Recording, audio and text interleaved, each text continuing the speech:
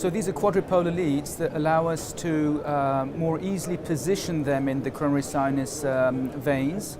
They also give us more options to reduce the pacing thresholds, the capture thresholds, and finally to avoid pacing the phrenic nerve.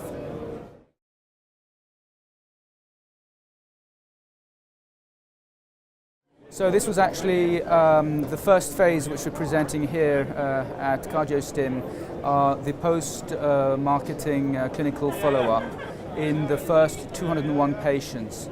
And what we found was that the success for delivery of CRT at 3 months was present in all but one of the 201 patients. That's to say, in over 99% of patients who received CRT delivery at 3 months. And in fact, the electrical measurements were very good, with on average about 1 volt capture thresholds and a very good stability. We had no cases that needed to be reoperated for lead dislodgement. There was one case that needed repositioning due to persistent phrenic nerve capture.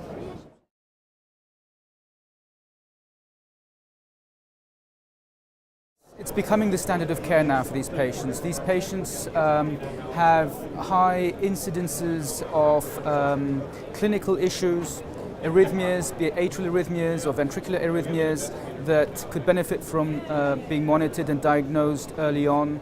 They also have more heart failure events, so we can monitor various parameters for heart failure. And finally, these patients are also at a somewhat higher risk also for technical issues. That's to say, for instance, a high left ventricular threshold. And these are things that we can actually monitor using remote monitoring and act upon them more quickly.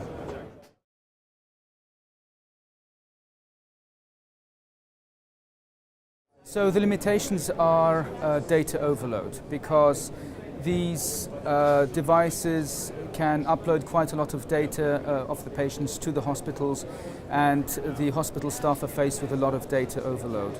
So what could work around this are integrated diagnostics, where you have automatic algorithms that look at different parameters and risk stratify patients into high risk, medium risk and low risk, meaning that the hospital staff can focus on those patients who are at high risk. That's about 10% of the patients, and then deal specifically with those for those 10% of patients.